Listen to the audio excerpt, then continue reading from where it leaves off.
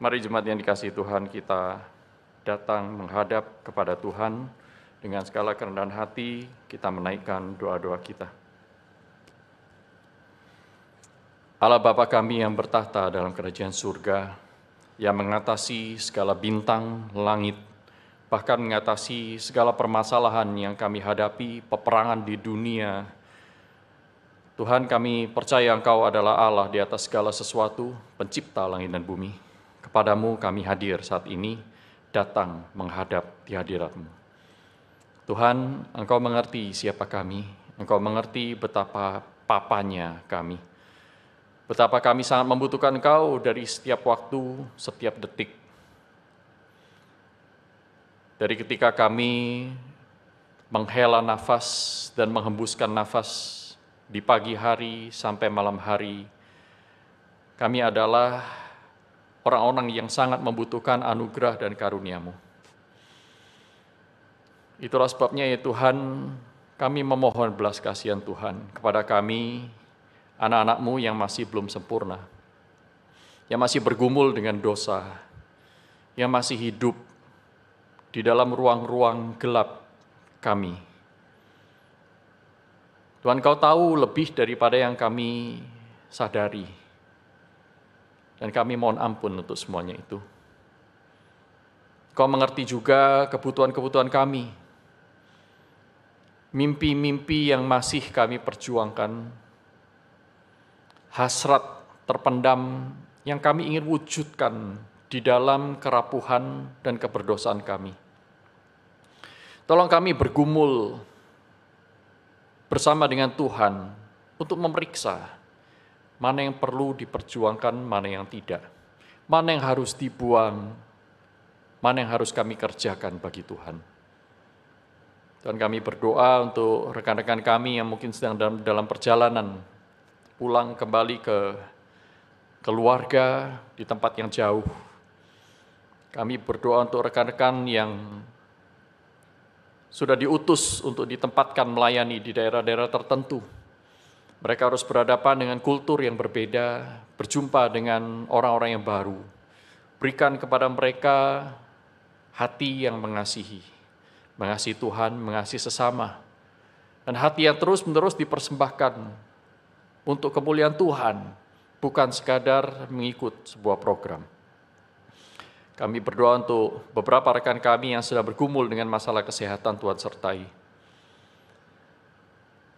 Tuhan rawat dan pelihara anak-anak-Mu ini Tuhan. Dan juga kepada setiap kami yang ada di tempat ini yang haus dan lapar akan kebenaran, Tuhan kiranya Engkau kenyangkan. Sertai setiap kami ya Tuhan, anak-anak-Mu yang rindu untuk mendengarkan firman-Mu. Sentuhlah hati dan sanubari kami. Ubahlah kami untuk menjadi semakin memperkenan Tuhan. Terima kasih ya Tuhan, kami naikkan seluruh doa kami yang jauh dari sempurna ini hanya dalam nama Tuhan Yesus Kristus, Juru Selamat kami yang hidup. Amin. Silakan duduk Bapak Ibu sekalian, saudara-saudara yang terkasih dalam Tuhan.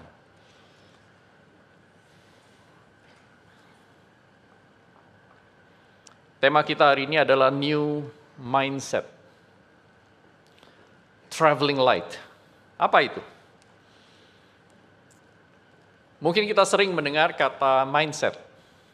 Apa arti mindset? Kalau kita melihat terjemahan dari kamus-kamus, saudaraku, mindset adalah set of minds. Sederhananya begitu ya. Seperangkat pikiran yang sudah ditetapkan di dalam hati untuk dikerjakan, dicapai, sehingga dari mindset itu muncul behavior atau tingkah laku tertentu. Kita tidak bertingkah laku secara random. Kita tidak bertingkah laku mengambil keputusan tanpa dasar, tanpa alasan. Apapun itu, setiap orang mempunyai mindset. Demikian pula setiap orang yang mengikut Kristus mempunyai mindset. Mengapa dia mengikut Kristus? Seperti apa dia mengikut Kristus? Bagaimana dia mengikut Kristus? Apa tujuan utama dia mengikut Kristus? Setiap orang mempunyai mindset. Tetapi mindset seperti apa yang Tuhan mau kita miliki ketika saudara dan saya mengikut Kristus, mengikut Dia? Mindset seperti apa yang akan works, yang akan berhasil membawa Anda dan saya kepada tujuan yang Tuhan ingin kita capai. Jadi pengikut Kristus yang bertumbuh, pengikut Kristus yang menjadi garam dan terang dunia. Mindset seperti apa? Itulah sebabnya mari kita saat ini datang ke hadapan firman Tuhan. Kita melihat sebuah kisah di dalam kitab Injil. Kisah ini dicatat di Matius, Markus, dan Lukas, namun saya memilih teks Markus. Markus pasal 10, ayat 17 sampai dengan ayat yang ke-30. Markus pasal 10, ayat 17 sampai dengan ayat yang ke-30. Ayat 17 sampai dengan ayat 27, ini sebenarnya adalah sebuah kisah perjumpaan Tuhan Yesus dengan seorang muda yang kaya. Di dalam kitab yang lain dikatakan dia juga seorang pemimpin agama. Dan ayat 28 sampai 30 itu adalah doktrin pengajaran Tuhan Yesus berkaitan dengan kisah sebelumnya itu, yaitu pertemuan Tuhan Yesus dengan seorang muda yang kaya ini. Saya akan membacakan ayat 17. Mungkin tidak akan semuanya ya, sampai ayat 27. Nah, kemudian nanti kita akan membaca bersama-sama ayat 28 sampai dengan ayat 30. Ya, saudara akan membaca Alkitab juga bersama-sama secara korporat, ayat 28 sampai dengan ayat 30. Saya akan membaca terlebih dahulu ayat 17 sampai 27, demikian bunyi firman Tuhan. Pada waktu Yesus berangkat untuk meneruskan perjalanannya, datanglah seorang berlari-lari, mendapatkan dia, dan sambil bertelut di hadapannya, ia bertanya, "Guru yang baik," mungkin sambil terengah-engah, "apa yang harus kuperbuat untuk memperoleh hidup yang kekal?" Jawab Yesus, "Mengapa kau katakan aku baik? Tak seorang pun yang baik selain daripada Allah saja. Engkau tentu mengetahui segala perintah Allah. Jangan membunuh, jangan berzina, jangan mencuri, jangan mengucapkan saksi dusta, jangan mengurangi hak orang, hormatilah ayahmu dan ibumu." Lalu kata orang itu kepadanya, "Guru, semuanya itu telah kuturuti sejak masa mudaku." Tetapi Yesus memandang dia dan menaruh kasih kepadanya. Ia berbelas kasihan kepadanya. Lalu berkata kepadanya, "Hanya satu kekuranganmu." Sebenarnya kata "hanya" dan "lagi" itu tidak ada dalam kitab suci. What is lacking? Maka Tuhan Yesus berkata, "This is lacking." Ini yang kurang. Satu kamu kurang. Pergilah, jualah apa yang kau miliki dan berikanlah itu kepada orang-orang miskin. Maka engkau akan beroleh harta di surga. Kemudian datanglah kemari dan ikutlah aku. Mendengar perkataan itu, ia menjadi kecewa. Lalu pergi dengan sedih, sebab banyak hartanya. Lalu Yesus memandang murid-muridnya di sekelilingnya. Sekarang tatapan mata Yesus bukan kepada seorang muda yang kaya ini, namun dia melihat seluruh muridnya. Satu persatu dia pandang sambil dia membalikkan badannya dan berkata kepada mereka, "Alangkah sukarnya orang yang beruang," bacanya jangan salah ya, "masuk ke dalam kerajaan Allah." Murid-muridnya tercengang mendengar perkataannya itu. Tetapi Yesus menyambung lagi, "Anak-anakku, alangkah sukarnya orang yang percaya kepada harta masuk ke dalam kerajaan Allah. Lebih mudah seekor unta melewati lubang jarum daripada seorang kaya masuk ke dalam kerajaan Allah." Mereka makin gempar dan berkata seorang kepada yang lain, "Jika demikian, siapakah yang dapat diselamatkan?" Yesus memandang mereka dan berkata, "Bagi manusia hal itu tidak mungkin. Tetapi bukan demikian bagi Allah, sebab segala sesuatu adalah mungkin bagi Allah." Bersama-sama, 28-30. Berkatalah Petrus kepada Yesus, "Kami ini telah meninggalkan segala sesuatu dan mengikut Engkau." Jawab Yesus, "Aku berkata kepadamu, sesungguhnya setiap orang yang karena Aku dan karena Injil meninggalkan rumahnya, saudaranya, laki-laki atau saudaranya perempuan, ibunya atau bapaknya, anak-anaknya atau ladangnya. Orang itu sekarang pada masa ini juga akan menerima kembali 100 kali lipat. Rumah, saudara laki-laki, saudara perempuan, ibu, anak, dan ladang.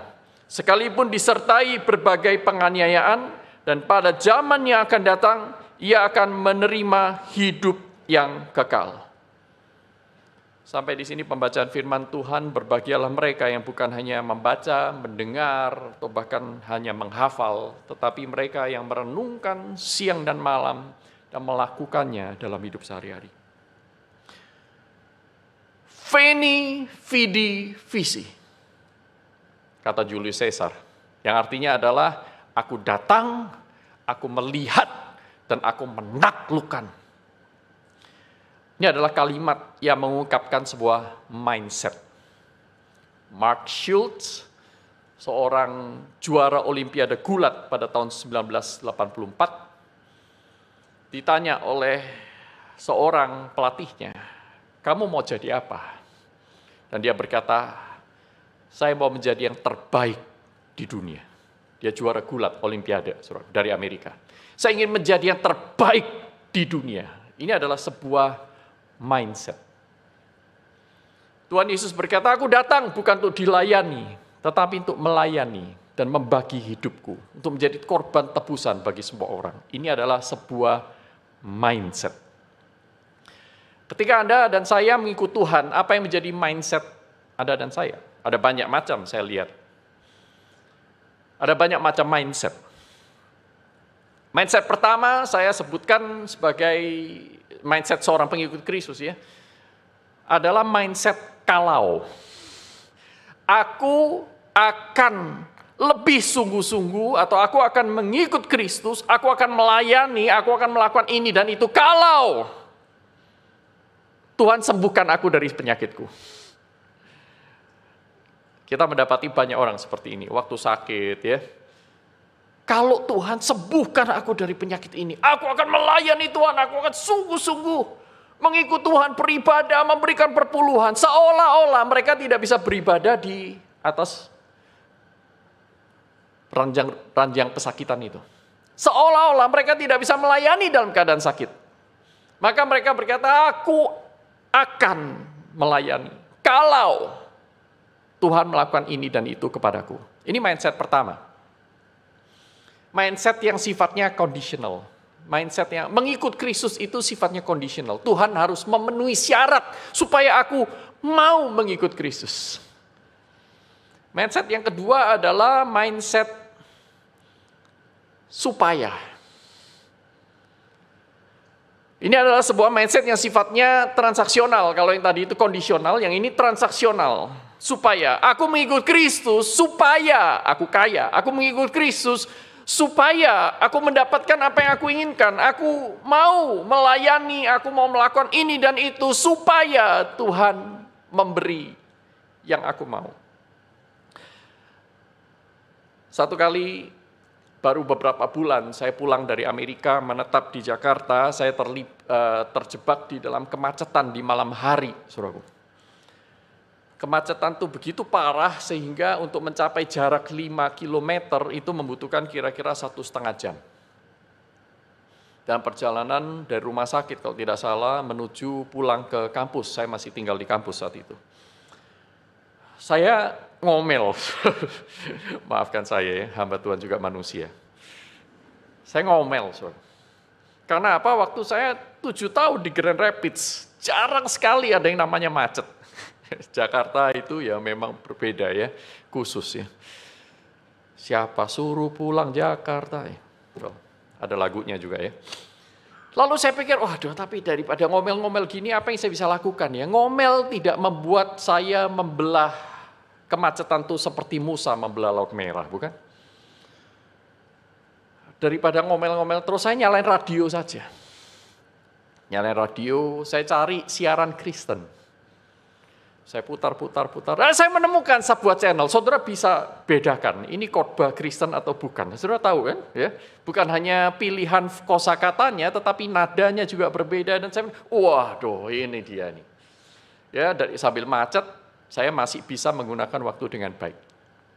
Mulai kalimat pertama yang saya ingat ya. Saudara yang terkasih, apapun yang kita persembahkan kepada Tuhan, Tuhan akan menerimanya. Saya pikir, saya sangat beruntung ya. Di tengah kemacetan saya mendapatkan prinsip firman Tuhan. Tuhan menerima setiap persembahan yang diberikan dengan hati. Wah, luar biasa. Puji Tuhan, Tuhan mengingatkan saya. Saya tidak membiarkan pikiran saya dijebak oleh kemacetan, dijebak oleh hal-hal eksternal yang membuat saya malah menimbun dosa. Tetapi justru saya diajak untuk berpikir hal-hal yang rohani. Wah, bagus sekali. Tetapi kemudian kalimat berikutnya dia mengatakan begini, apa yang saudara persembahkan Tuhan akan ganti 100 kali lipat. Oh, saya mulai berpikir-pikir dulu. Oh, ini memang ada ayat Alkitabnya. Ayat Alkitab yang tadi saudara dan saya baca ya. Apapun yang kamu persembahkan Tuhan akan berikan di masa kini 100 kali lipat, bahkan di masa yang akan datang. 100 kali lipat, oke. Tapi apa artinya? Apa artinya ayat ini? Nah, kemudian pengkhotbah itu mengatakan, jikalau Anda saat ini juga mentransfer uang kepada nomor ini, 1 juta, Tuhan akan memberikan Anda 100 juta. 10.000%, deposito mana yang bisa mengalahkan? 10.000% bunganya, 100 kali lipat. Saudara suruh tunggu 30 tahun pun mau, betul nggak? 30 tahun tapi dapat 10.000%, siapa yang nggak mau? Nah, saudara, kemudian saya pikir, waduh, celaka ini ya. Mindsetnya apa ini? Jadi saya mau mempersembahkan supaya saya mendapat lebih banyak. Saya ingin memberi sesuatu supaya saya mendapatkan ganjaran yang lebih limpah. Kalau bisa seperti apa kata dunia. Waktu kecil dimanja, muda, foya-foya, tua, kaya raya, mati, masuk surga katanya. Yang seperti itu justru tidak masuk, saya pikir. Saudaraku, ini adalah mindset kedua. Tuhan, saya mau mengikut Engkau supaya saya mendapatkan apa yang saya mau. Bahkan lebih banyak dari yang saya beri kepada Tuhan. Ini mindset transaksional ketika mengikut Kristus. Nah, mindset yang ketiga menurut saya ini sudah masuk mindset yang sifatnya Kristiani. Yaitu mindset karena.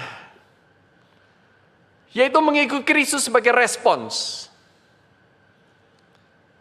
Saya mengikut Kristus karena Kristus sudah menyelamatkan saya. Saya mau melayani karena Tuhan sudah melayani saya lebih dulu. Saya mau mengasihi karena Tuhan mengasihi saya lebih dulu. Ini sudah mulai Kristiani. Kalau dua yang pertama itu saya pikir bukan. Sekalipun berjubah Kristen. Mindset yang ketiga itu adalah mindset sekalipun. Aku akan mengikut Kristus sekalipun jalannya susah. Aku akan mengikut Kristus sekalipun aku harus kehilangan segalanya. Aku akan mengikut Kristus sekalipun aku harus kehilangan hal yang paling berharga sebelum aku hidup baru di dunia ini. Seperti Mazmur 73. Apa yang kuingini di surga, apa yang kuingini di bumi selain Engkau. Sekalipun hatiku, dagingku habis lenyap. Engkaulah gunung batuku dan bagianku selama-lamanya. Nah, ini mindset yang sudah advance. Saya tidak tahu mindset Anda ada di mana. Yang pertama, mindset yang conditional, saya akan mengikut Kristus, saya akan melayani kalau, termasuk juga ya, saya baru akan mengikuti acara diskusi setelah khotbah kalau, ini mindset kalau. Yang kedua mindset supaya, yang ketiga itu mindset karena, respons ya. Yang keempat mindset sekalipun. Nah, di dalam Markus ini kita melihat, saudara pikir ya, seorang muda yang kaya raya, pemimpin agama ini, dia menggunakan mindset apa ketika dia berlari-lari. Saudaraku, ini bukan orang biasa, bukan asal-asalan mengikut Kristus. Begitu Kristus bergerak, tadinya dia tidak bisa mendekat kepada Kristus mungkin karena kerumunan, ya. Maka ketika Kristus bergerak meneruskan perjalanan, Dia menyusul Tuhan Yesus dari tempat yang jauh, berlari-lari, dan kemudian dia berlutut di hadapannya. Ini orang yang sangat rohani. Saudara perhatikan, pertanyaannya bukan pertanyaan orang biasa. Ada di antara saudara saat ini yang setiap sehari-hari itu tiba-tiba terpikir, ya, apa yang harus kulakukan untuk dapat hidup kekal? Saya yakin sedikit sekali di antara kita berpikiran rohani seperti itu, betul ya? Yang kita pikirkan, nanti siang makan apa? Ya enggak? Liburan ini mau diisi dengan apa? Jarang sekali kita itu berpikir serohani seorang muda yang kaya ini. Saudara jangan pandang enteng dia. Dia muda, kaya, pemimpin agama, mengerti Alkitab, saleh. Orang-orang seperti ini kalau masuk di gereja biasanya tidak butuh waktu yang lama untuk dia naik pangkat jadi majelis dan seterusnya, saudaraku. Karena sudah teruji di mata dunia. Tetapi sekali lagi mindset itu hadir di dalam diri setiap orang. Dan dia mulai bertanya, Tuhan, apa yang guru yang baik? Apa yang harus kulakukan supaya aku mendapatkan hidup yang kekal? Dari kalimat ini, saudara sudah melihat ini mindset apa? Mindset supaya. Apa yang harus kulakukan supaya aku memperoleh hidup yang kekal? Lalu Tuhan Yesus itu menjawab, saudaraku. Pertama, sebentar, kamu menyebut aku guru yang baik. Mungkin, jangan-jangan itu basa-basi. Untuk memulai perbincangan supaya dia mendapatkan pelayanan Tuhan Yesus. Maka dia harus baik-baikin Tuhan Yesus. Menyebut dia sebagai guru yang baik. Supaya pertanyaan yang mengganggu dia itu boleh terjawab. Tetapi Tuhan Yesus mengajak dia untuk naik level. Naik level. Oke. Kalau kamu menganggap aku guru yang baik dan kamu tahu bahwa kebaikan itu berasal dari Allah, kebaikan itu adalah Allah saja, maka mari berpikir sedemikian. Engkau telah mengetahui perintah Allah, katanya. Oke, kalau kamu tahu yang baik itu adalah Allah, kamu mestinya juga tahu bukan hanya melihat aku sebagai rabi, tetapi melihat aku minimal yang datang dari Allah, yang memberitakan firman Allah. Kalau engkau belum bisa menganggap aku Allahmu, aku ajak engkau naik level. Ini loh perintah Allah. Jangan berzina, jangan mencuri, jangan membunuh, jangan mengucapkan saksi dusta, jangan mengurangi hak orang, hormatilah ayahmu dan ibumu. Belum selesai. Tuhan Yesus itu mungkin menyimpulkan. Seorang muda ini berkata, guru, semuanya itu telah kuturuti sejak masa mudaku. Apa yang kurang? Lalu Tuhan Yesus berkata kepadanya, satu kekurangan. Saudaraku, satu dan hanya satu itu menimbulkan pemaknaan yang berbeda, ya. Kalau kita artikan hanya satu lagi kekuranganmu, seolah-olah orang ini sudah melakukan 99, kurang satu saja yang kecil ini. 1/100 ya mungkin ya. Tetapi bukan itu yang dikatakan Tuhan Yesus. Satu kekuranganmu. Dan satu ini menentukan yang 99. Yang 99 gak ada artinya kalau gak ada yang satu ini. Seperti yang diajarkan Tuhan Yesus di bagian tempat yang lain, yaitu bahwa semua perintah Allah, semua perintah yang kita dapatkan dari para nabi di perjanjian lama, itu bergantung kepada satu perintah itu, yaitu apa? Kasihilah Tuhan Allahmu dengan segenap hatimu, segenap jiwamu, segenap akal budimu, dan segenap kekuatanmu. Dan kasihilah sesamamu manusia seperti dirimu sendiri. Ini harus menjadi mindset. Ini adalah mindset di atas semua mindset yang lain. Ini harus berada dalam pikiran semua orang Kristen, mulai dia lahir baru, sampai dia menutup mata, bertemu dengan Bapa, muka dengan muka, di dalam langit dan bumi yang baru.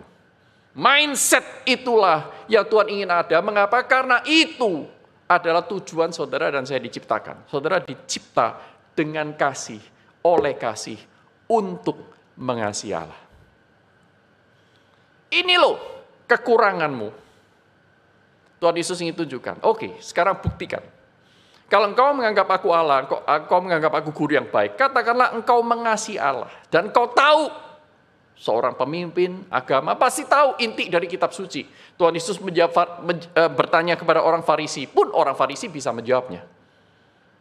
Jadi anak muda ini mestinya juga tahu bahwa inti dari semua perintah itu adalah kasih.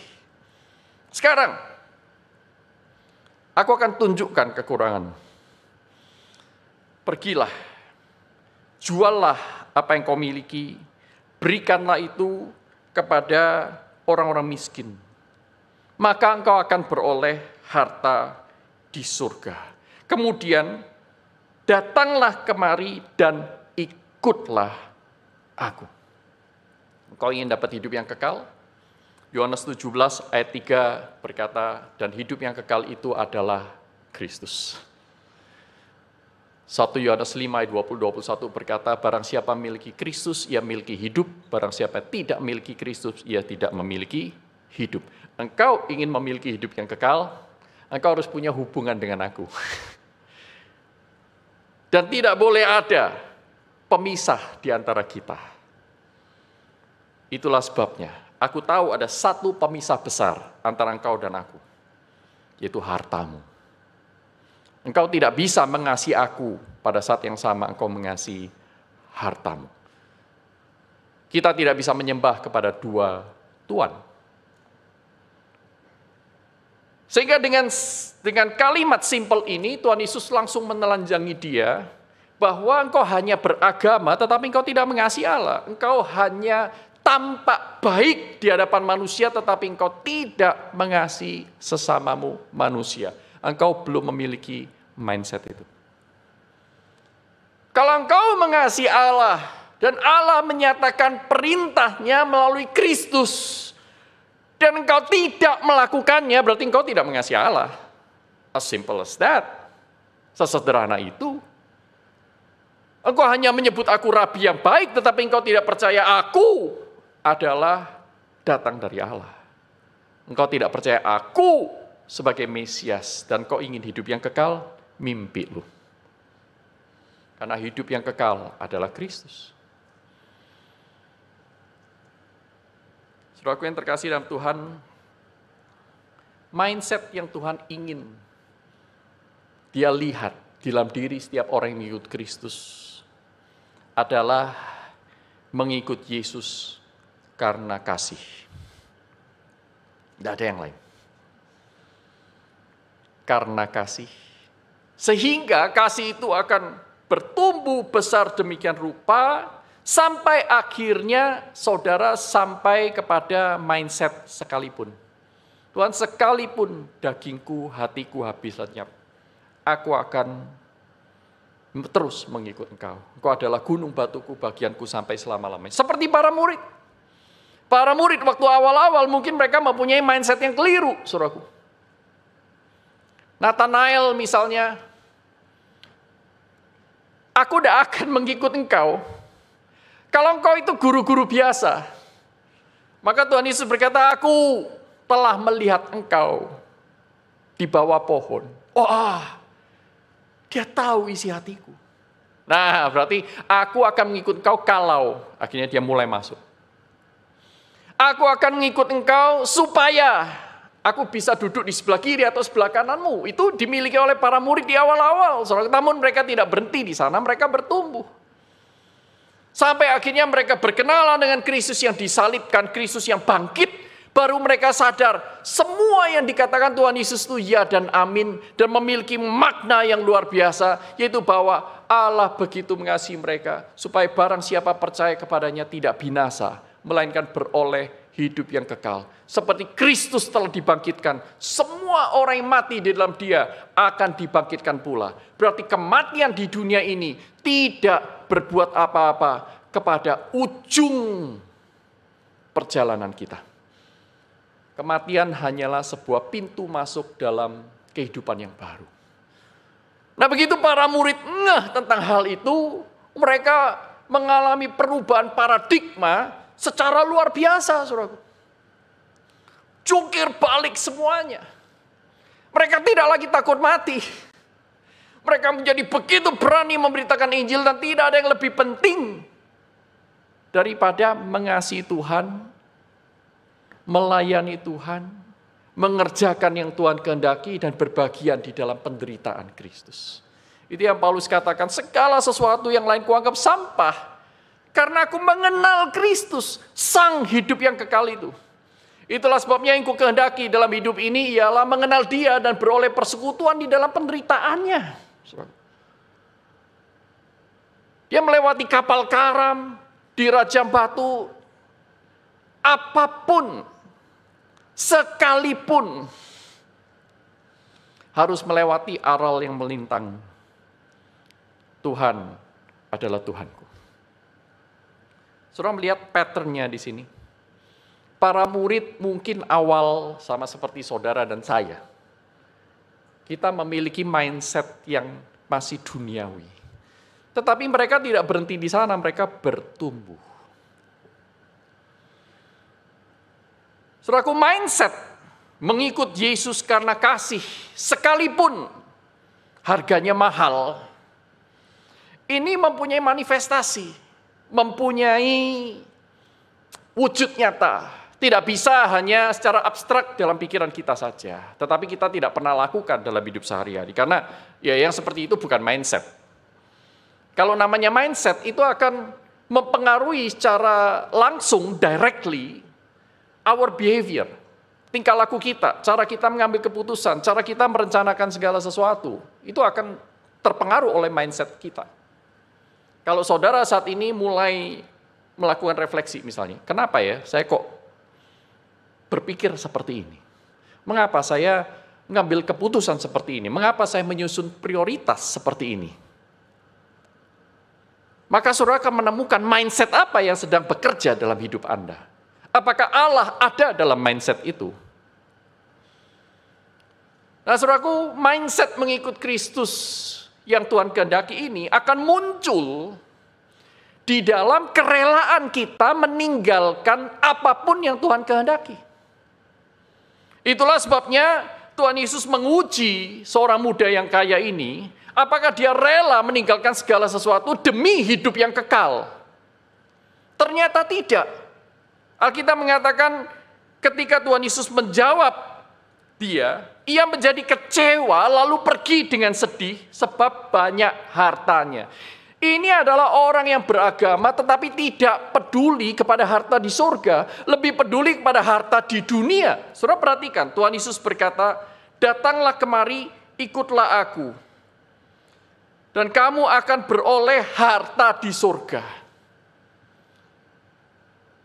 Ini adalah orang yang masih belum menemukan kerajaan surga. Ini adalah orang yang masih belum rela meninggalkan kerajaan di dunia, tetapi baru berada di pelataran, seolah-olah ngikut Tuhan padahal belum. Kalau orang itu sudah menerima kerajaan surga, sudah melihat kerajaan surga, sudah memiliki iman yang dianugerahkan itu, dia akan rela menukarkan segala sesuatu. Satu kali Tuhan Yesus dalam salah satu khotbahnya memberikan perumpamaan tentang harta yang terpendam. Masih ingat saudaraku? Dia berkata seorang pekerja sedang mencangkul tanah, kemungkinan dia orang bayaran saudaraku. Waktu dia mencangkul, tok!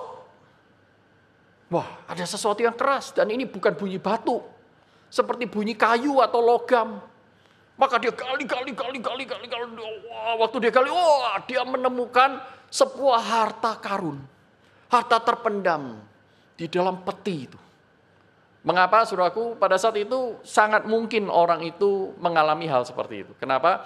Ketika peperangan terjadi di antara bangsa-bangsa, orang-orang yang kaya dan sudah mengumpulkan banyak hartanya, mereka biasanya tidak mungkin kirimkan di bank. Mengapa? Karena bank belum ada.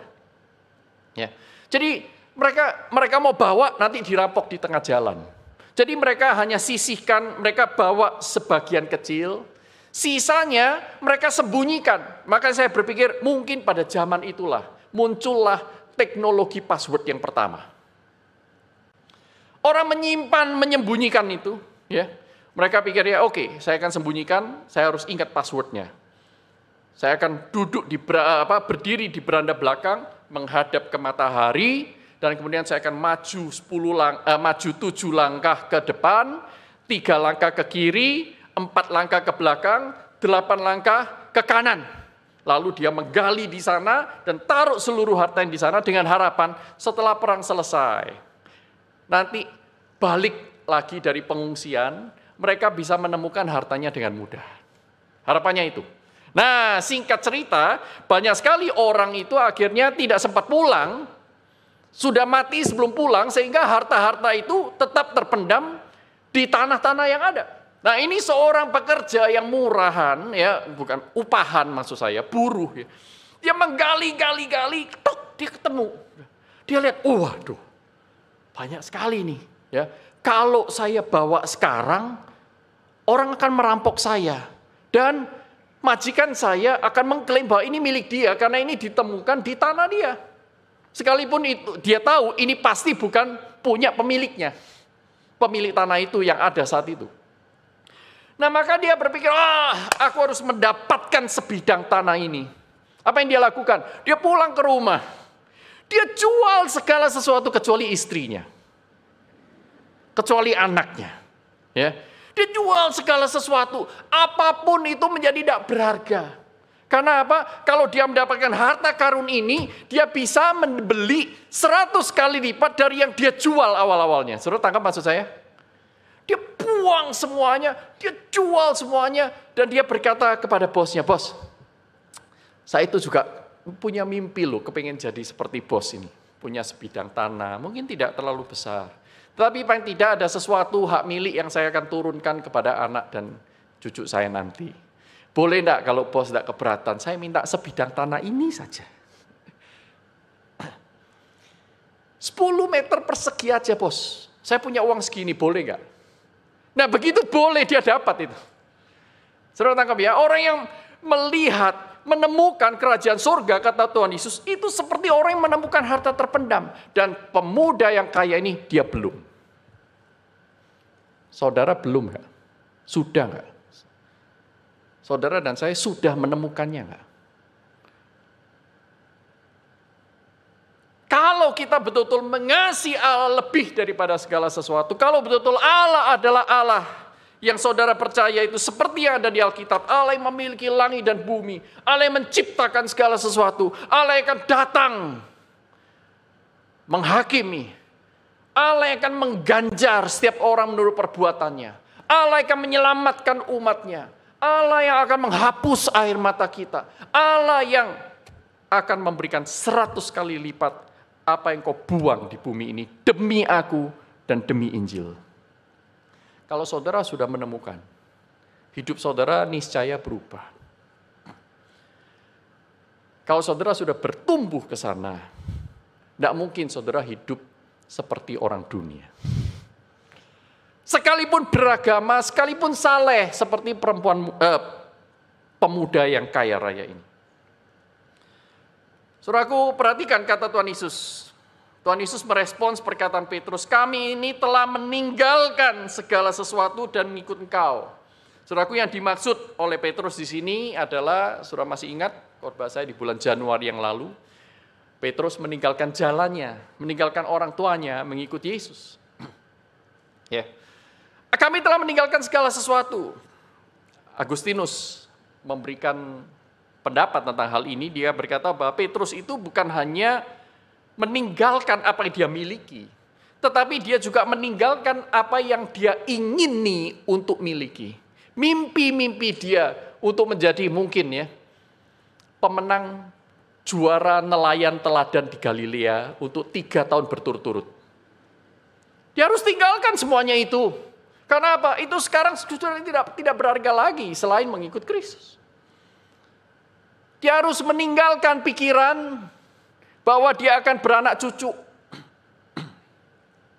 dan tinggal bersama dengan cucunya seumur hidup. Dia harus tinggalkan semuanya itu. Saudaraku, Agustinus melanjutkan, Petrus meninggalkan seluruh dunia dan pada akhirnya dia mendapatkan imbalan seluruh dunia. Murid-murid Kristus akan menjadi orang-orang yang seolah-olah tidak memiliki apapun, tetapi pada saat yang sama mereka memiliki segalanya. Itu kata Agustinus.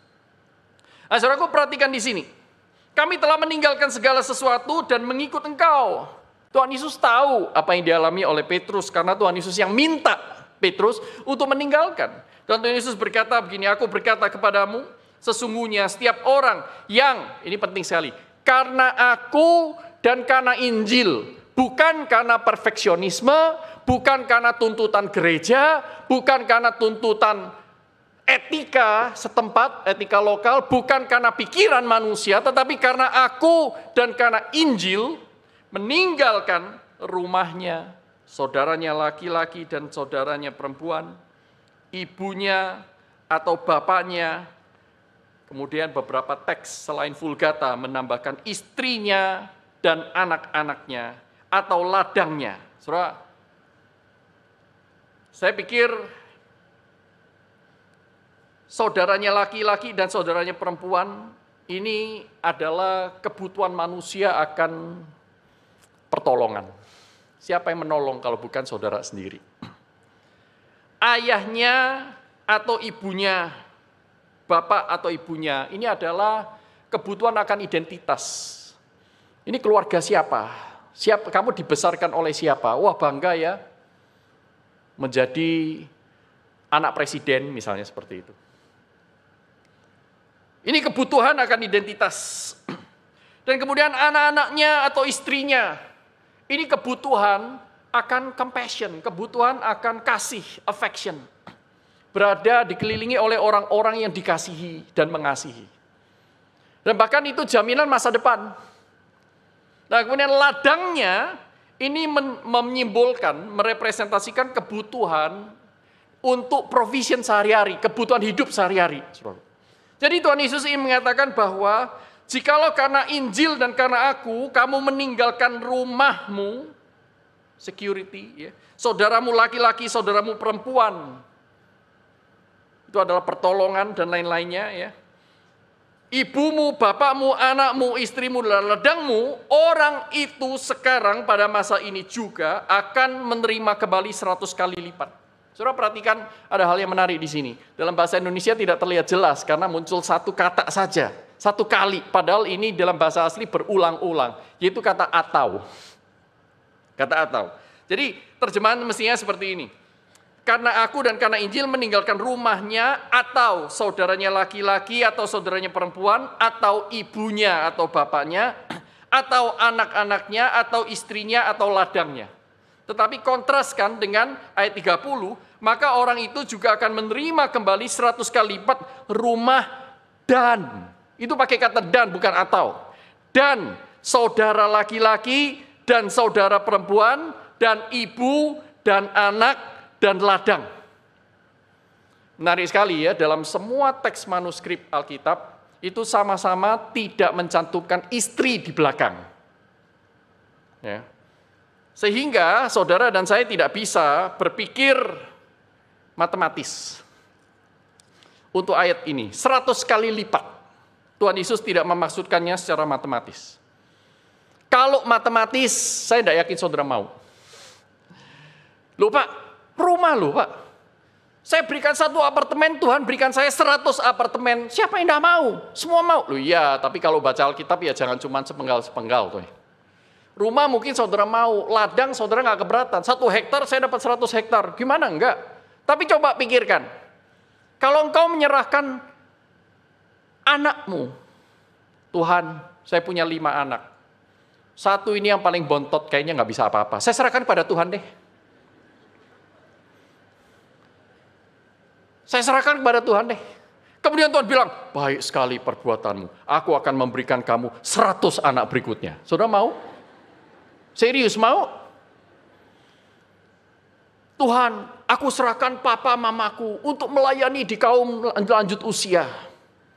Tuhan bilang, aku terima persembahanmu. Puji Tuhan ya. Engkau baik sekali. Aku memberikan kamu 100 pasang papa dan mama lagi. Saudara yakin, saudara mau? Sure? With all due respect ya, kepada orang tua kita. Mungkin ada di antara saudara berkata, "Loh Pak, bagaimana kalau saya persembahkan istri saya?"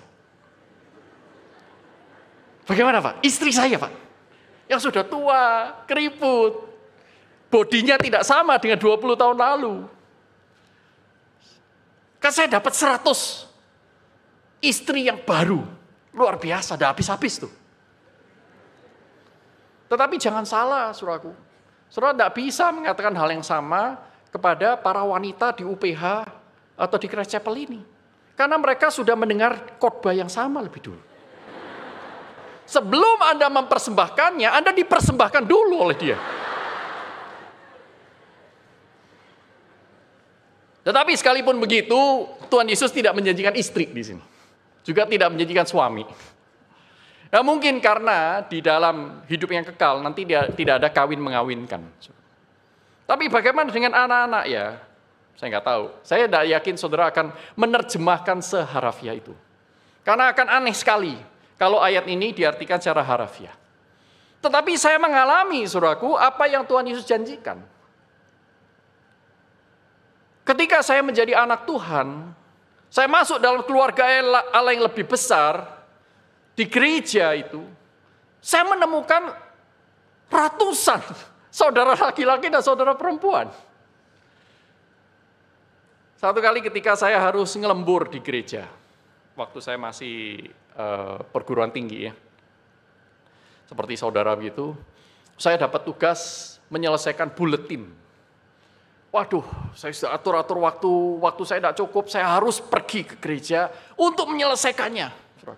Maka saya ngelembur, saya minta izin kunci TU untuk bisa pakai komputernya. Saya tidak punya komputer itu sendiri, saudaraku, terlalu mahal buat saat itu. Saya pakai komputer gereja. Sampai malam hari, dan hari itu Jumat malam. Jumat malam biasanya di banyak gereja itu adalah hari komisi wanita berkumpul dan bersekutu. Nah, biasanya selalu dimulai dengan makan-makan. Jam 6 makan. Setengah 7 latihan core, jam 7 mulai persekutuan. Nah, saudara, pintu TU itu diketok.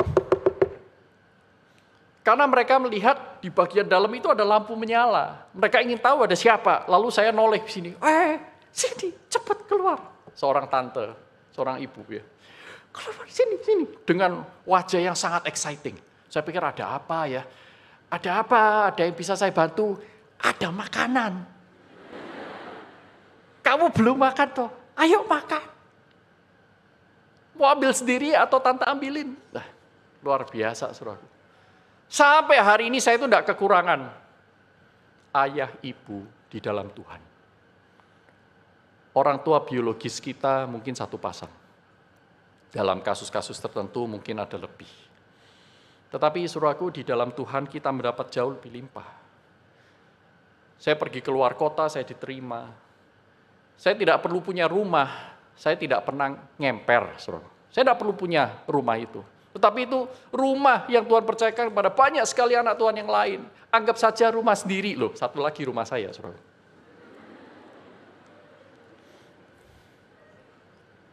Kalau ada perlu apa-apa ngomong ya di rumah saya sendiri aja udah kayak begitu. Saudaraku, apakah saudara mengasihi Allah lebih daripada segala sesuatu? Saya tidak mengatakan bahwa, loh Pak, berarti saya harus menjadi miskin, saya harus menjadi melarat untuk menyerahkan semuanya. No. Saudara harus baca Alkitab dengan teliti. Hanya karena aku dan karena Injil. Artinya apa? Kadang-kadang Tuhan meminta Anda merelakan sesuatu, tetapi ada beberapa hal yang Tuhan mau saudara dan saya pelihara dan pegang. Pakai itu untuk melayani dia. Tangkap ya? Pak, apakah mengikut Tuhan harus jadi miskin? Tidak. Karena engkau bisa mengikut Tuhan sebagai orang kaya yang melayani Tuhan dengan kekayaanmu. Tetapi kalau kekayaanmu justru membuat jarak antara Tuhan dan saudara dan saya, itu semakin jauh, Tuhan akan ambil. Maka Tuhan ngomong dengan pemuda yang kaya ini. Mengapa? Tuhan itu melihat dia dengan berbelas kasihan. Berbelas kasihan itu bahasa aslinya itu jeroannya tergerak. Ini bahasa asli. Splangnitzomai, bukan siomai, splangnitzomai, itu artinya jeroannya itu tergerak. Ini sebuah ekspresi bahwa hati, aduh, melangsa banget gitu. Tuhan Yesus melihat, aduh, kamu ini sebenarnya sudah baik, tapi satu ini loh, kamu tidak mau meninggalkan dosamu. Ada satu yang kamu pegang, itu yang membuat kamu tidak bisa hidup kekal. Engkau nggak bisa ikut aku, matamu buta waktu melihat aku. Engkau nggak lihat apa-apa. Karena apa? Semuanya ditentukan oleh harta. Untuk pemuda yang kaya ini, harta ini menjadi penghambat dia mengikut Tuhan. Untuk Anda dan saya, mungkin hal yang lain. Tuhan bertanya kepada kita saat ini, apakah engkau rela meninggalkan segala sesuatu karena aku dan karena Injil? Para murid berkata, Tuhan, aku sudah meninggalkan segala sesuatu. Tunggu, ada hal lain. Security-mu, Petrus. Engkau ingin aman, engkau ingin meninggikan dirimu. Aku ingin itu dihapuskan. Aku ingin itu digerus. Nah, Tuhan cukup sabar memberikan proses. Sehingga Petrus akhirnya sudah melihat perjalanan hidupnya, bukan? Pada waktu engkau muda, engkau pergi, engkau mengikat pinggangmu sendiri dan engkau pergi ke tempat yang engkau kehendaki. Tetapi pada saat engkau tua, orang lain akan mengikat tanganmu dan akan membawa engkau ke tempat yang tidak engkau kehendaki. Tetapi justru dengan itu, Petrus akan memuliakan Tuhan karena dia rela meninggalkan apapun yang Tuhan mau dia tinggalkan demi Kristus dan demi Injil. Kalau pacarmu yang kau pilih tidak berdasarkan prinsip firman Tuhan, membuat engkau semakin jauh dari Tuhan, saudara pilih mana? Tuhan atau pacarmu? Ya ngomongnya gampang sih. Kalau saudara suruh pilih pekerjaan dengan gaji yang besar, prospek yang bagus, lingkungan kerja yang mewah, cuma dengan satu syarat. Engkau sangkal Yesusmu. Saudara pilih yang mana? Mulai susah kan? Saya punya seorang teman SMA. Suaminya dalam usia yang masih 30-an tahun, terkena kanker getah bening. Itu tahun 2000-an, saudara. Teknologi mungkin tidak sebagus sekarang. Hartanya semuanya habis ludes, tersedot oleh pengobatan kanker. Cari sana, cari sini, pergi Singapura, Malaysia, dan seterusnya. Dokter mengatakan hal yang sama, tidak ada jalan keluar. Tetapi ada satu perusahaan medis riset di Amerika yang bersedia membiayai pengobatan, asal kamu mau mencoba obatnya. Ada itu. Dan kau harus berobat di Singapura. Pergilah dia ke Singapura, meninggalkan anaknya, dititipin pada orang tuanya, suami istri pergi ke Singapura. Aku masuk dalam ruangan isolasi yang sangat-sangat ketat. Dan di sana mereka kedatangan banyak orang menjenguk mereka. Dari berbagai macam gereja, bukan hanya itu, berbagai macam agama. Dia cerita kepada saya, sang istri ini, teman SMA saya bercerita bahwa ada satu agama, saya tidak sebutkan namanya. Dia berkata begini, kami sanggup memberi kesembuhan. Kalaupun tidak sembuh, kami biayai seluruh kebutuhan, bahkan termasuk kebutuhan anakmu di Surabaya. Asal satu,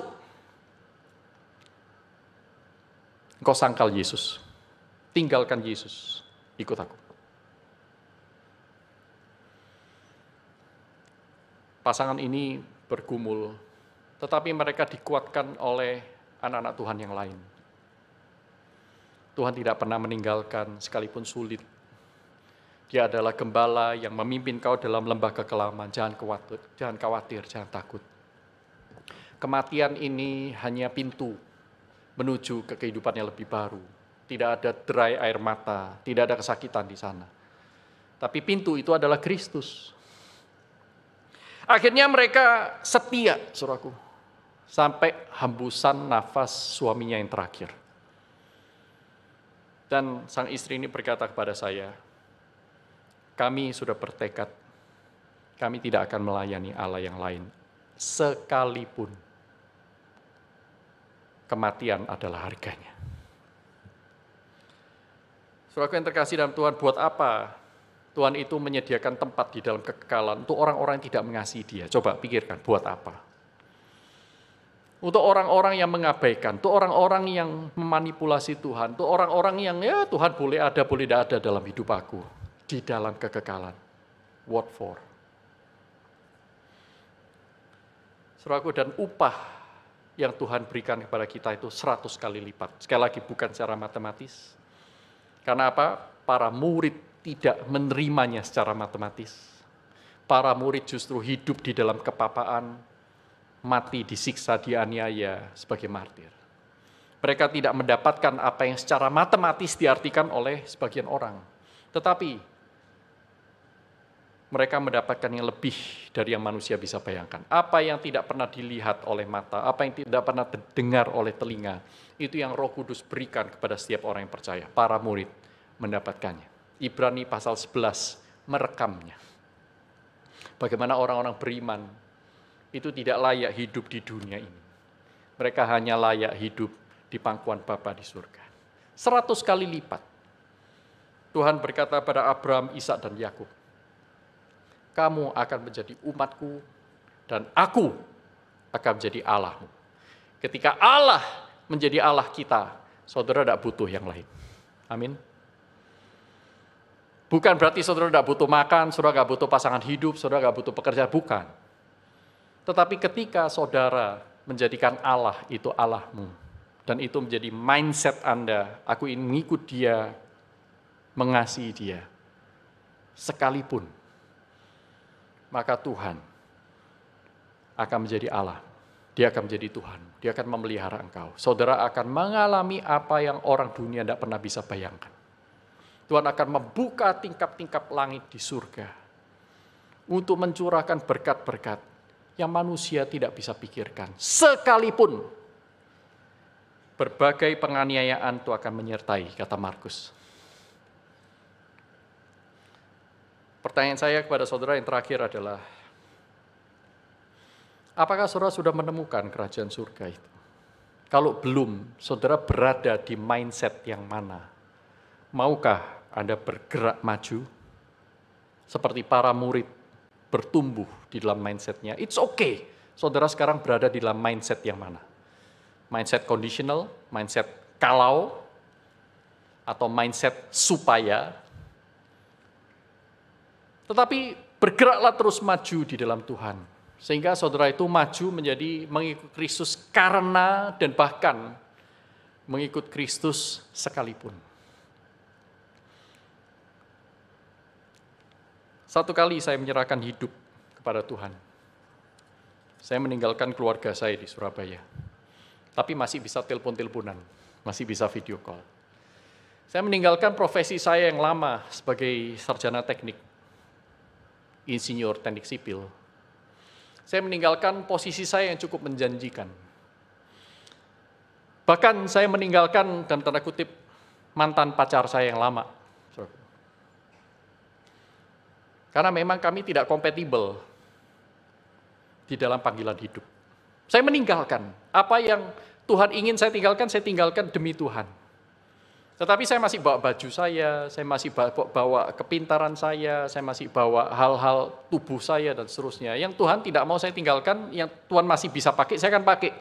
Tapi yang Tuhan pikir akan menjauhkan saya dari Tuhan, Tuhan mau itu ditinggalkan. Segala sesuatu. Maukah Anda mengikut Tuhan lebih baik lagi? Mari kita berdoa.